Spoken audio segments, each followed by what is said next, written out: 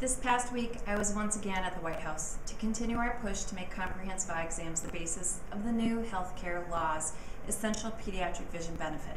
This benefit has the potential to help so many kids. More than anything else, as AOA President, I'm committed to ensuring that neither medicine nor insurers gain the ability to define optometry.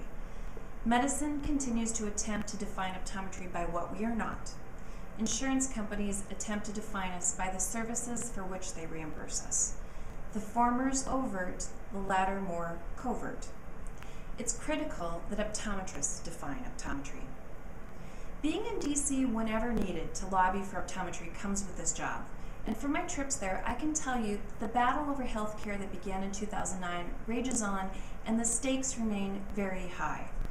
AOA and only AOA fought for a seat at the table and made expanded patient access to optometric care our priority, and we got results. We backed the Harkin Anti-Discrimination Amendment, and now we alone are standing up to the AMA's efforts to repeal it. We backed the designation of pediatric vision care as essential, and now we alone are fighting to put a comprehensive eye exam at the center of it. We backed an end to artificial restrictions on our services imposed by health plans, including standalone plans whose business model isolates optometry from the rest of healthcare, as if somehow vision care stands alone from primary healthcare. Because of AOA's efforts, we now stand ready to care for millions of patients who will gain coverage. We're talking about people who never had coverage before. All of these critically important issues have been fought by AOA and AOA alone. Make no mistake, there were no insurance companies advocating for the profession. But that's to be expected. They have their business models to protect. We have optometrists and our patients to protect. With regard to standalone plans, they absolutely can participate in the state health insurance exchanges now being created. Even Rob Lynch, the CEO of VSP, acknowledged this in an interview with Fox News. They can do so by working with qualified health plans to assure the delivery of the full range of essential eye care services we provide our patients. But they want something more. They want a special loophole in the law that would allow them to continue to profit at the levels they have in the past while maintaining a barrier to segregate optometry from the mainstream of healthcare. That status quo is good for some insurance companies, but it's not good for optometrists or our patients.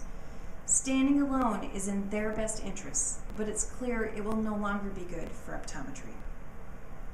Just last week, I was visiting with an optometrist from Southern California who was frustrated at having to send patients out of her office for the care they needed, even though she could have provided it. Because the patient's vision plan and medical plan weren't integrated, there was an additional barrier to that patient receiving care.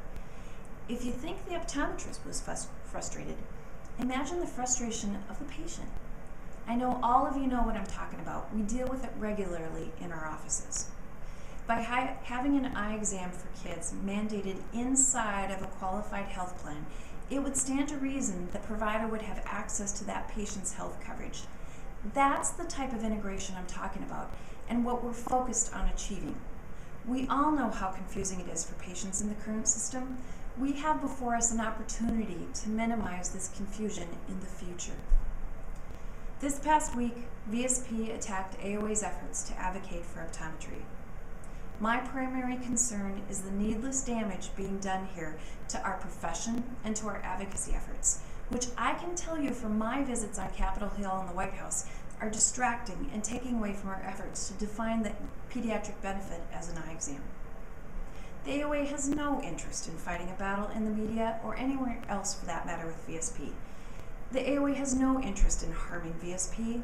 I actually don't know how the AOA could harm a $3 billion insurance company. And while the AOA cannot ever hope to match the PR campaigns of this industry giant, we do believe that common ground can be formed on a number of issues that face our patients, our doctors, and our nation. I've reached out to VSP personally many times to discuss areas we think might be of mutual interest, like the definition of the pediatric benefit, and I will again.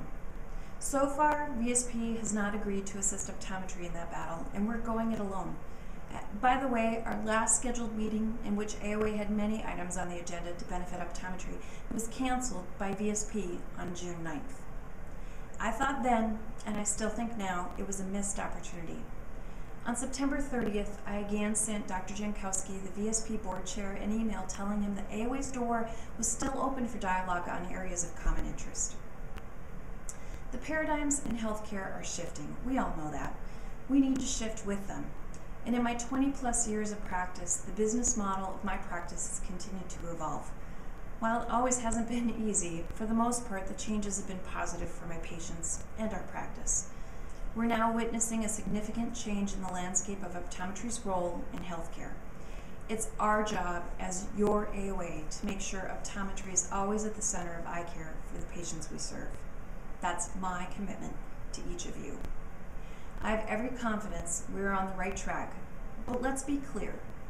If the essential pediatric vision benefit inside healthcare reform is not defined as an eye exam, but instead defined as a screening, not only have we lost an opportunity to actually help millions of children, we've lost an opportunity to integrate the services we provide with that of health plans.